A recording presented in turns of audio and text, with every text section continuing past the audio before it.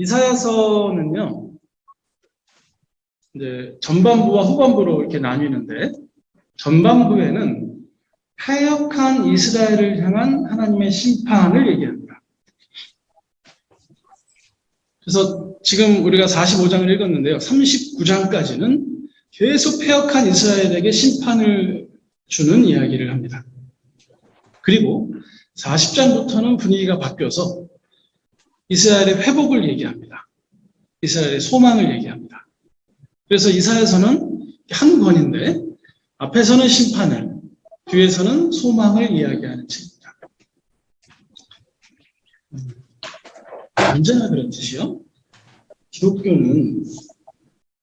진리는요, 심판하고 소망을 분리하지 않아요. 예수 그리스도의 십자가는요, 사랑과 공의 중 어디로도 기울지 않습니다. 죄에 대한 그만큼의 공의입니다. 죄를 그냥 두지 않으시는 심판의 모습이 십자가에 있어요. 그런데 자신이 죽으심으로 말미암아 사랑하시는 그 사랑도 거기에 있습니다. 우리가 어느 걸 좋아한다고 하나만 붙잡으면 안 되고 그 안에 그것이 다 있다는 걸 인정을 해야 됩니다. 십자가의 죽음이 없이 부활이 있을 수 없고 부활이 없는 십자가는 온전하지 않습니다. 그래서 이사야서에 나타나는 하나님의 심판은요, 그냥 막 겁먹으면 안 돼요. 그 심판은 자기 백성에게 소망을 주시려는 하나님의 의도입니다. 너무 사랑하니까 잘못된 길로 계속 가서는 안 되니까 그 잘못된 길을 돌이키게 하려는 하나님의 의도가 담겨 있는 게 이사야서 전반부에 있는 심판에 대한 이야기예요. 그리고 이 뒤에 있는 소망이 없으면 이 심판은 의미가 없습니다. 이 심판과 소망이 이사야서 전반을 흐르는데요. 그 중앙에 떡 자리 잡고 있는 게 이제 이 고레스의 이야기입니다.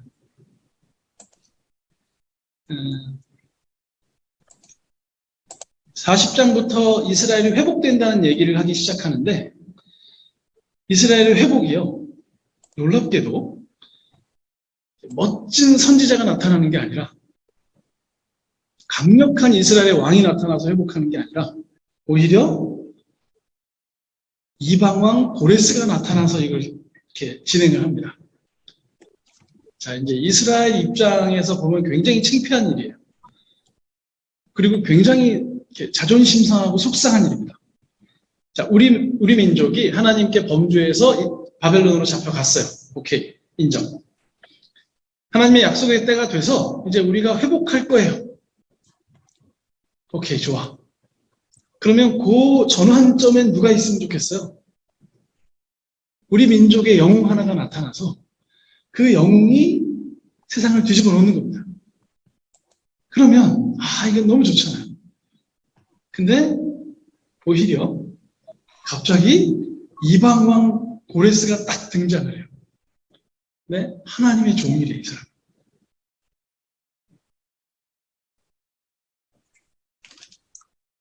이걸 받아들이는 게 정말 힘듭니다. 자, 믿음의 교회와 세움교회가 심각한 문제에 빠졌습니다. 교회가 위태하고요, 곧 무너질 판이에요.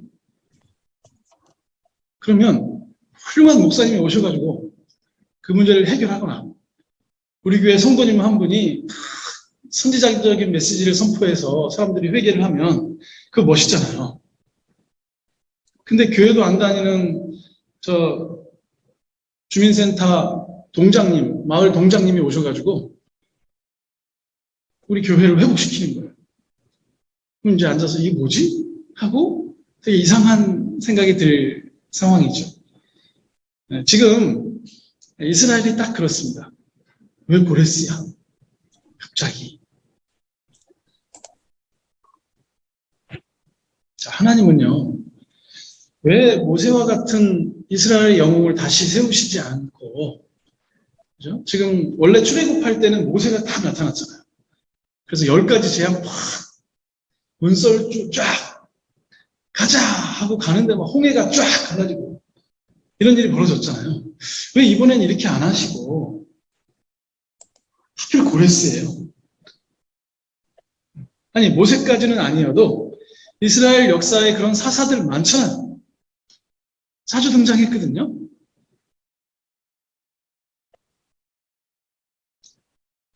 최소한 고레스는 아니죠. 이러면 안 되지. 어떻게 이럴 수 있어? 하는 생각이 듭니다. 근데 이런 우리의 생각에도 불구하고 하나님은요, 나 주가 기름 부어 세운 고레스라고 얘기합니다. 그리고 오히려 고레스가 가는 곳에 하나님이 먼저 가셔서 산을 평지로 바꾸시고 성문을 부숴놓고 쇠 빗장을 부러뜨리고 보화와 보물을 주겠다라고 말씀하시는 장면이 오늘 우리가 읽은 1절부터 3절까지의 이야기입니다. 그리고 4절과 5절에서는요. 하나님께서 고레스에게 영광스러운 이름을 주고 필요한 능력을 주신다라고 얘기합니다. 물론 이렇게 하시는 이유는 이스라엘 돕기 위하심이에요.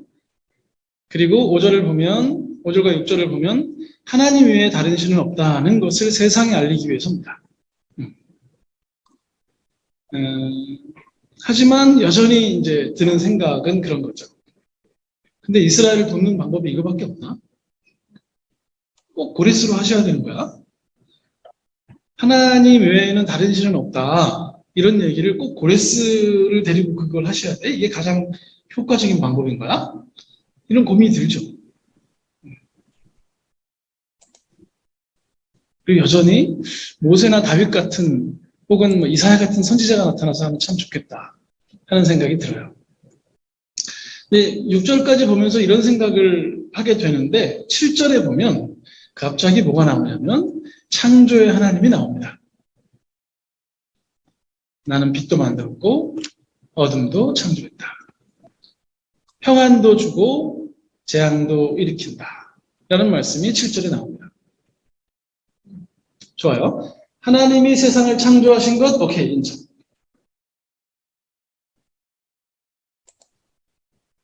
근데 왜 하필 이 타이밍에 이 얘기를 하는 거야? 이스라엘을 회복시키기 위해서 고레스를 사용하신다는 얘기를 하다가 굳이 7절에서 왜 이 얘기를 할까?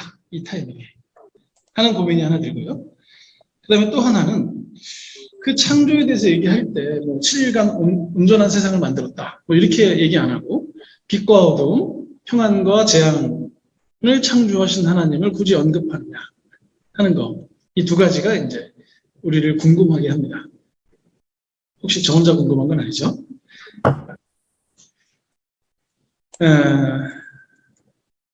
지금 이 타이밍이 어떤 타이밍이냐? 하나님께서 포로로 잡혀갔던 자기 백성을 회복시키시는 시점이잖아요. 그리고 그 회복을 누굴 통해서 하겠다 하고 말씀하시는 장면이냐면 이방왕 고레스를 통해서 하겠다 하는 장면입니다.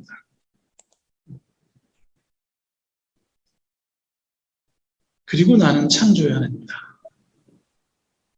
그러니까 조금 우리가 잘 생각해야 되는 게 기독교인들이 자칫 이렇게 타락과 구원에 대한 것에 너무 집중한 나머지 하나님이 세상을 창조하셨다는 것에 대해서 가볍게 여기는 경향이 있습니다. 창조로부터 시작을 안 하고요. 타락부터 시작을 하면 예수 안 믿는 것들은 다 뭔가 대단히 문제가 있어서 상종하지 말아야 되고 가능하면 가까이 하지 말아야 되고 그들이 만든 것들은 가능하면 안 써야 되고 이런 생각들을 합니다. 그죠? 그래서 이게 어디 모임에 가는데 뭘 공부한대. 근데 그 공부하는 게 기독교 신앙 도서는 아니래.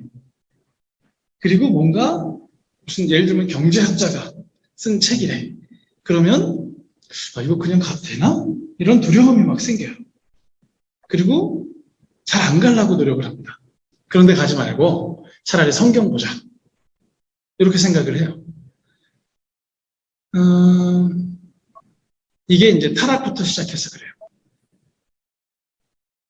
하나님의 창조는요, 태초에 한 번 이루어지고 끝난 게 아니라 지금도 여전히 창조하십니다. 그러니까 태초에 창조하시고 하나님은 뒤로 물러서셨다.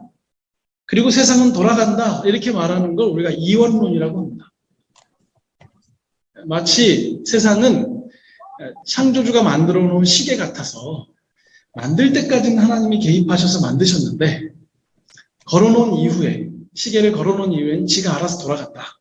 이게 이원론적 세계관입니다.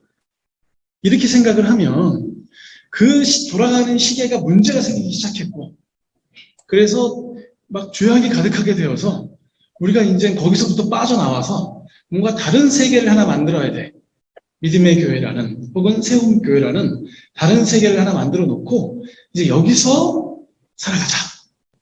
가능하면 세상과 동떨어진 어떤 인생.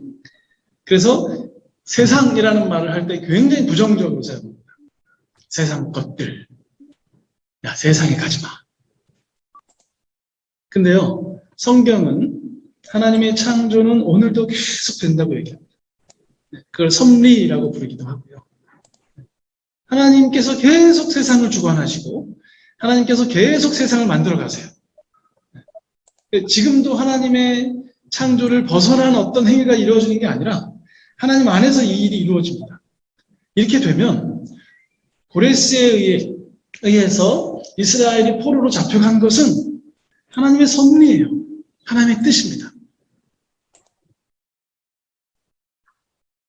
그리고 하나님께서 이스라엘을 회복시키실 때 선지자나 왕이나 제사장이나 무슨 어떤 이스라엘의 위대한 지도자가 아니라 이방 왕 고레스가 그 일을 하신다고 해도 아무 문제가 없습니다. 우리가 일반 학문을 공부하는 것은 잘못된 게 아니에요. 물론 창조만 있는 게 아니라 그 안에 타락의 영향이 있다는 것도 생각을 해야 돼요. 그래서 예를 들어서 제가 심리학을 배운다, 교육학을 배운다, 제가 농사를 배운다, 이렇게 뭔가 비즈니스를 배운다, 우리 친구들 하고 싶은 진로에 뭔가를 배운다 할 때 그 안에 하나님의 창조의 빛과 또 그걸 망치고 있는 타락의 영향은 뭐가 있을까에 대한 고민을 해야 돼요. 그런데 그건 성경에 안 나오니까 버리자. 그건 성경이 아니니까 무시하자. 이렇게 하면 그건 세상을 잘 사는 게 아닙니다. 하나님의 세계는 지금 여기 우리에게 있습니다. 그래서 이방왕 고레스를 사용해서 회복시키는 건요, 하나님의 뜻이에요. 지금 이사야서에 예언되어 있는 말씀이고요. 실제로 우리가 에스라서를 통해서 본 이야기입니다.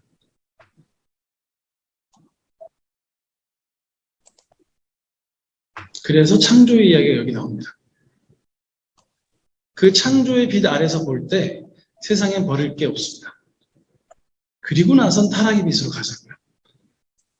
그 하나님이 창조하신 세계 안에서 부서진 것들, 무너진 것들, 연약한 것들, 죄악된 것들, 이런 것들을 잘 분별해내는 게 그리스도의 일이고, 그리스도인은 그러니까 안 가는 사람들이 아니라 그걸 구속하는 사람들이잖아요. 이방왕 고레스에 의해서 지금 포로 교환을 하게 될 건데, 그렇다고 그걸로 다 이루어지는 게 아니라서 가봤더니 에스라서 다들 보셨지만 문제도 많고 제대로 되지도 않아요. 그때 계속 그걸 구속해 나가는 것, 그게 포로 귀환한 사람들의 몫입니다. 오늘을 사는 그리스도인들의 몫인 거죠. 그런 면에서 이 타이밍에 창조의 하나님이 나오는 것은 매우 지극히 정상입니다. 근데 그 창조의 하나님이 뭘 창조하셨다고 얘기를 하냐면 빛과 어두움을 창조하셨다. 평안도 주셨고 재앙도 주셨다. 그러니까 그 하나님이 지금 우리를 창조해 놓으셨잖아요. 우리는 막 빚만 있으면 좋겠는 거예요. 돈 빌린 거 말고요. 빚진 자 말고 빛나는 자. 막 우린 빛으로 살고 싶어. 내 안에 어둠이 하나도 없으면 좋겠어. 난 그냥 모든 사람에게 칭찬만 받는 사람이 되고 싶어. 그리고 나는 하는 일마다 성공했으면 좋겠어. 내가 선택한 것은 늘 옳았으면 좋겠어. 이런 이상한 생각을 하고 우리가 살아갑니다. 그리고 그게 하나님의 뜻이라고 자꾸 얘기해요. 하나님은요, 빛도 창조하셨고요, 어둠도 창조하셨습니다. 그래서 우리는 잘하는 것도 있고, 잘 선택하는 것도 있고, 제법 괜찮은 소리를 들을 때도 있지만, 못하는 것도 있고요. 잘못된 선택도 자주 하고요. 그러다 보니까 싫은 소리도 듣게 됩니다. 그게 우리를 온전히 받아들이는 거예요. 그리고 그러다 보니 우리가 뭔가를 잘하고 이럴 때는 평안하고요. 그렇지 못할 때는 재앙을 만난 것 같은 어려움을 겪기도 하죠. 그게 우리의 인생입니다. 그게 하나님이 창조하신 인생이에요.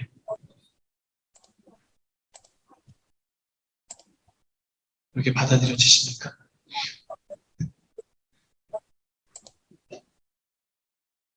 많은 사람들이 누군가를 흉내냅니다. 어떤 영웅의 삶을 흉내내요. 그 영웅 중에 하나가 누구냐면 이제 성경에 나오는 어떤 사람이에요. 그리고 그를 영웅화시키고 그를 닮아가겠다고 열심히 노력을 해요. 근데 성경을 정직한 눈으로 보면 영웅이 없어요. 성경에는 지질이 궁상을 떠는 사람들이 있어요. 믿음의 조상 아브라함. 우리는 아브라함을 믿음의 조상으로 여기고 그런 믿음을 갖게 해달라고 기도하잖아요. 그 아브라함은 으슥한 뒷골목을 걷다가 깡패가 나타나자 자신의 아내를 깡패에게 보내는 사람이었습니다. 우리 다윗, 엄청난 영웅이잖아요. 야, 다윗과 같은 왕이 이 땅에 나왔습니다. 다윗은 자기 부하의 아내를 뺏기 위해서 자기 부하를 전쟁터에 보내서 죽게 하고 이 여인을 자기 아내로 삼는 사람입니다.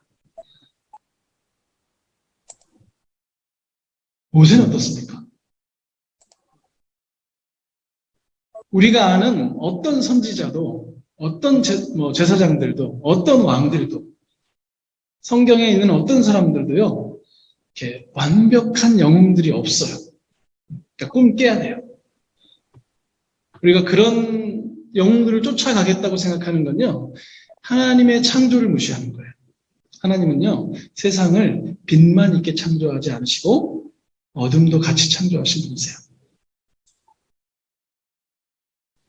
그래서 우리가 자녀를 키우면서 이 아이를 온전하게 만들겠다, 완벽하게 만들겠다 하는 건 이 아이가 막 마지못해 따르는 삶의 기준을 가지고 되지도 않는 일을 열심히 꿈꾸면서 죄책감을 갖게 하는 아이로 만드는 게 아니고 있는 그대로의 자신을 인정하도록 이 아이를 키우는 거죠. 하나님께서 이 아이에게 주신 고유한 빛깔이 있는데 그 빛깔을 우리 때문에 깨어지지 않도록 하게 하면서 그것을 함께 찾아나가는 게 우리의 일이에요. 하나님이 실수하지 않으셨다면 우리 자신은요, 비록 타락에 물들어 있기는 하지만 지금 이 모습이 하나님이 지금까지 나를 만들어 놓은 모습이에요, 지금. 거기서 자책을 하고 수치심을 느낄 필요가 있겠습니까? 물론 노력하고 절제하고 인내하면서 하나님의 성품을 닮아갈 필요가 있어요. 우리한테는. 완벽하지는 않으니까. 타락의 영향이 여전히 있으니까. 어두움이 있으니까. 그런데 일단은 우리가 어두움이 있는 존재라는 걸 인정해야 합니다. 왜? 하나님의 창조가 그러니까. 그래서 우리는 평안한 날도 있습니다. 그러나 평안한 날만 우리에게 있는 것은 아니고 재앙의 날도 우리에게 옵니다. 재앙의 날을 빨리 없애달라고 기도하는 게 우리의 역할이 아니고 이 재앙의 날에 하나님의 뜻을 깨닫고 하나님을 닮아가는 과정이 되기를 기도하는 게 우리의 역할이죠. 물론 속히 없애주시기를 바라는 기도도 해도 됩니다. 해야죠.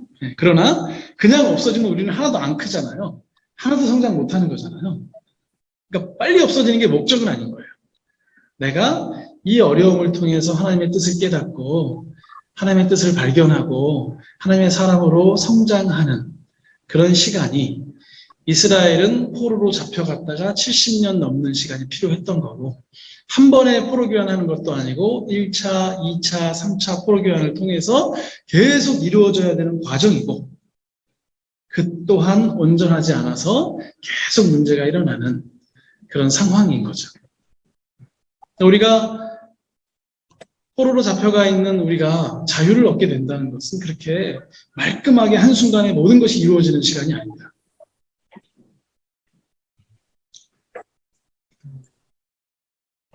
그래서 우리는 자신이 잘하는 것에 대하여 긍정할 수 있어야 됩니다. 이걸 못하는 그리스도인이 너무 많아요. 막 자기 잘하는 거 받아들이면 막 교만해진 것 같잖아요. 그리고 막 그러면 안 될 것 같죠. 막 이러면 안 되는데, 그리고 막 잘하는 거 막 잘한다고 말도 못하고. 그러지 마세요. 하나님이 빛을 창조하셨잖아요. 우리 잘하는 거 있잖아요. 실컷 자랑하세요. 어때요? 내가 듣고 싶은 말, 내 능력, 내 미덕, 자랑스러운 나의 여러 가지 생각들, 그거 수용하십시오. 얼마나 좋아요? 그런데 동시에 내가 듣기 싫은 말 들어야 돼요. 남에게 하기 싫은 말 하셔야 돼요. 내 한계 인정하고 내 책임 인정해야 돼요. 내 실수와 어두운 그림자 받아들여야 됩니다. 나의 부끄러운 것 다 포용하셔야 돼요. 이게 하나님이 창조하신 나를 온전하게 받아들이는 겁니다. 이 둘 중에 하나만 하려고 하는 사람들이 있어요. 자기 긍정만 하려고 하는 사람들. 어떠실 것 같으세요? 옆에 있으면? 자기 무오하대. 잘못이 없어. 물론 말로는 잘못이 있다고 얘기를 하긴 해요. 그러나 합리화하거나 반박하거나 남을 비난하면서 자기는 괜찮은 사람이라고만 자꾸 얘기하고 싶은 거예요. 재수없죠? 이런 사람은 어떻게 살아요? 근데 반대로요, 자기 부정만 하는 사람이 있어요. 잘 못한대. 자기는 안 된대. 교만해서 그래요. 얼마나 높은 수준을 갖고 있길래 그만큼 하면서도 자기는 다 못한다고 그러는 거예요. 온전하게 받아들인다는 건요, 이 두 가지, 하나님이 주신 빛과 어두움을 온전히 받아들이는 겁니다. 이 두 가지를 다 내 것으로 인정하는 것. 이게 온전한 겁니다. 완벽한 건 아니에요. 그건 주님 오시면 될 거예요. 현재로서는요, 이 두 가지를 다 받아들이는 것. 자신을 이렇게 두 가지를 온전히 받아들이는 사람은요, 하나님의 창조를 인정하는 사람은 옆에 있는 그 인간들을 인정하기 시작할 수밖에 없어요. 왜냐하면 나도 그렇잖아. 솔직히. 그러니까 옆에 있는 걔도 그러고 사는 거죠. 아, 당신은 이런 게 잘 돼 있구나. 그런데 이게 좀 나를 속상하게 하는구나. 고쳤으면 참 좋겠는데 내가 고칠 수는 없잖아요. 있는 그대로 받아들이는 것. 그게 수용입니다. 수용. 하나님은 그렇게 우리를 받으셨습니다. 예수께서 십자가에 달리실 때 우리가 죄가 없어서 우리를 구원하신 게 아니잖아요.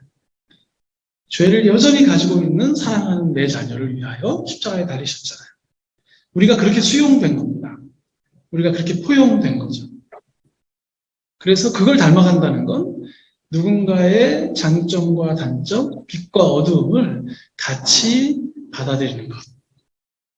그게 온전히 옆 사람을 받아들이는 겁니다. 그러고 살다 보면요, 우리 삶에는 평안도 있고 재앙도 있습니다. 자꾸 완벽하게 만들려고 애쓸 필요가 없습니다.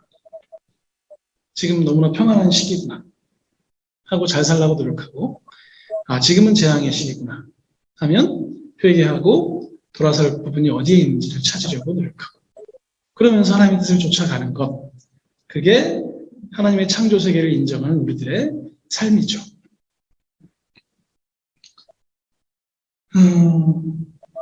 좀 그렇게 살면 하나님이 고레스를 쓰셔서 우리를 회복시켜도 좀 보기가 편하실 거예요. 아, 왜 고레스야? 하나님 지금 정신 있으세요? 이게 지금 뭐 하시는 겁니까? 고레스라니요. 이건 아니죠. 우리 에스라도 있고, 우리 느헤미야도 있고, 스룹바벨도 있고, 우리 훌륭한 사람 얼마나 많은데, 아니면 다니엘 때 회복시키시든가.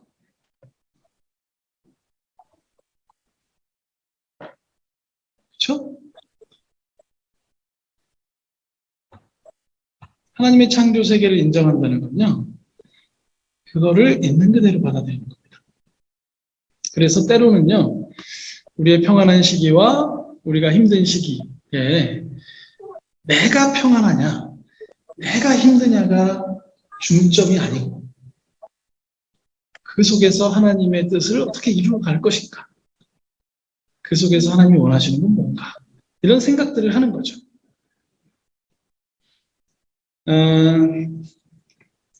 오늘 이제 우리 청소년들이 하나도 안 나가고 다 앉아있고, 화면에도 우리 청소년들이 있어서, 청소년들을 위해서 좀 얘기를 하자면, 이제 다들 무슨 진로를 자꾸 선택하라고 할 거 아니에요, 주변에서. 학교에서 막 진로 수업을 열어갖고, 진로를 찾는 게, 막 꿈을 찾는 게 꿈이야. 뭐 할지 나 잘 모르겠는데 자꾸 찾으래요. 쓰래, 오늘. 그래서 뭘 하나 써. 그럼 막 또 그거 되기로 약속했잖아. 근데 왜 안 해? 그러고 막 또 뭐라 그래. 혹시 그렇게 얘기하는 어른들이 자기 꿈이 있는지 한번 물어봐요. 당신은 확실합니까? 그러고. 저는, 우리 친구들, 저는 여러분들만 할 때, 우리 중고등학교 다닐 때, 한 50대 아저씨나 아줌마를 보면, 인생이 싹 정리된 사람 같았어. 뭔가 확고한 철학을 가지고 자기 삶을 다 사는 거라고 내가 생각을 했어. 근데 그 나이가 돼 보니까 그런 사람을 내가 아직은 못 봤어요. 다들 흔들리고 있어. 뭘 어떻게 해야 되지? 지금 뭘 해야 되지? 이 일을 계속 해야 되나? 이런 고민들 80된 할아버지들도 하고 있더라고. 그런데 너희들한테는 자꾸 뭐라고 강요하냐면 꿈을 정해. 딴짓 그만하고 그 길로 향해서 가봐. 뭐 이런 이상한 얘기를 자꾸 하는 거예요. 인생은 계속 흔들린다 얘들아. 그러고서 하는 거야. 그걸 너무 이상하다고 생각하지 말고 그렇게 흔들리면서 하나님의 뜻을 찾아가자 하는 마음을 가지면 돼요. 그게 하나님의 세계야.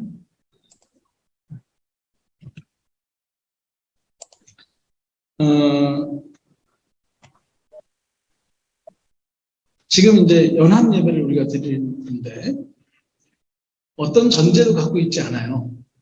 우리가 꼭 합해야 된다? 난 절대 못 합하게 할 거다? 이런 전제를 갖고 있는 게 아니고 두 교회가 각각 교회로서 충분히 존재하고 있는데 근데 그 교회들이 함께 하면 어떨까? 먼저 만나보자. 좀 만나면서 이렇게 익혀보자. 오늘 그래갖고 예배도 좀 이상하게 앉아서 드리잖아요, 지금. 넥타이도 안 매고 오고. 우리 교회 맨날 이렇게 드려요, 그냥. 그래서 오늘 세움교회 오신 거예요. 세움교회는 웬 아줌마가 사회도 보고. 그죠? 설교하는 사람이 서서 뭐 이렇게 하지도 않고 막 앉아서 그냥 대충 하는 것 같고. 뭐 그래요. 그런 데구나 하고 아는 게 되게 중요해요, 그냥. 또 다음에 우리 9월에 예배 드릴 때는 믿음의 교회식으로 한번 할 거예요. 그럼 또 세움교회 식구들은 믿음의 교회 이렇게 해왔구나 하고 그냥 이해하면 돼요. 근데 그게 꼭 마음에 들지 않을 거예요.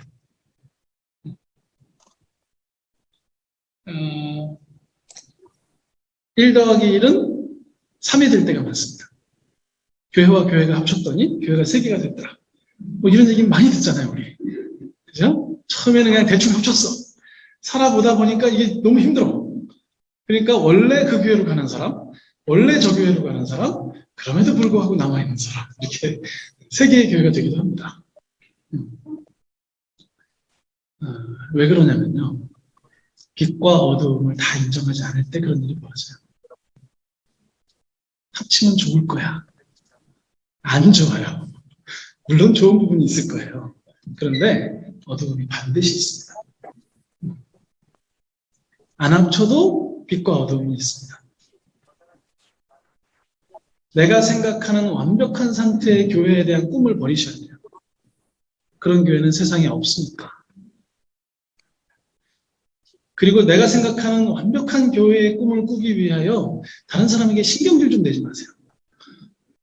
왜 이렇게 안 해? 그러고 아니면 이렇게 해야 돼요, 이렇게 해야 돼요, 이렇게 해야 돼요, 그러고 다니고 한 사람 한 사람 불러내가지고 얘기하고 없어요, 그런 교회가. 왜냐하면 하나님의 창조가 그래요. 이 땅에 사는 동안 우리가 생각하는 이상적인 뭔가가 되려고 하지 않는 게 좋습니다. 우리가 생각하기에 이럴 수도 있어? 깜짝 놀랐네? 하는 걸 받아들이는 게 훨씬 더 빨라요. 어떻게 이스라엘의 회복을 고레스가 합니까? 이건 아니죠. 모세라면 모를까. 그런데 하나님은 실제로 그렇게 하십니다. 이런 작은 교회들의 특징이요, 고집이 세다는 겁니다. 각각 자기가 가지고 있는 교회에 대한 상이 있어요. 그리고 와서 그렇게 얘기해요. 교회가 왜 이래요? 이건요, 그 사람이 이 교회에서 함께 공유한 꿈이 아니고요, 혼자서 생각하던 어떤 거예요. 그걸 여기 와서 이루어달라고 자꾸 그래요. 어쩌라고, 어떻게 이루어 그걸. 본인이 하든가. 안 돼요. 세상이 원래 그래요. 그걸 그냥 있는 그대로 온전히 받아들이는 게 하나님의 창조 세계에서 적응하고 살아가는 겁니다. 우리 샬롬 자유학교 학생들, 삶이 마음대로 안 되죠? 그러고 사는 거예요.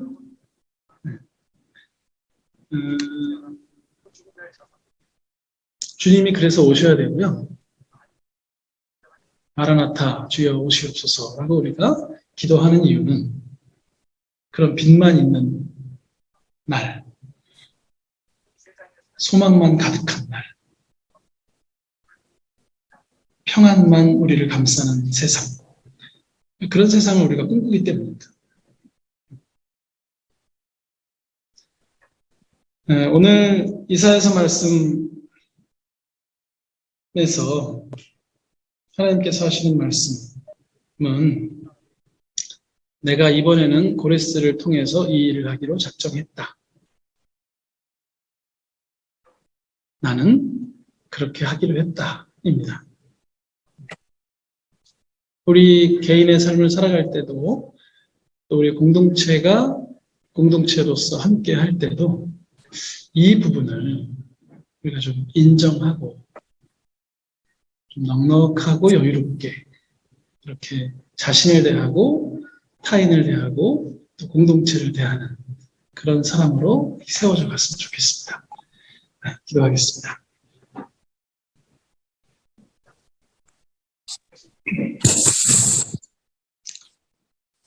빛과 어두움을 창조하시고 평안과 재앙을 허락하시는 하나님. 여기 연약한 하나님의 사람들이 모여서 은혜를 의지하여 예배합니다. 혹시 그동안 하나님을 오해하여 내가 완벽해져야만 하나님이 나를 사랑하신다고 착각을 했다면 주님 우리의 생각을 바꿔주셔서 연약함 그대로를 받아들일 수 있도록 인도해 주십시오. 혹시 내 주변에 있는 사람들이 온전해야만 내가 그와 친구가 되겠다고 생각했다면 우리 자신이 거울이 되어 그들을 사랑하고 함께 할 수 있는 넉넉한 마음을 우리에게 허락하여 주시옵소서.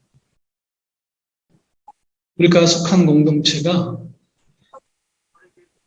내가 생각하는 이상에서 벗어난다고 비난했다면 주님의 오심을 소망하며 기도하는 사람으로 변화시켜 주시옵소서. 우리를 있는 그 모습 그대로 받아주시는 하나님. 우리가 이 모습으로 하나님을 닮아갈 수 있도록 인도해 주십시오. 예수님의 이름으로 기도합니다.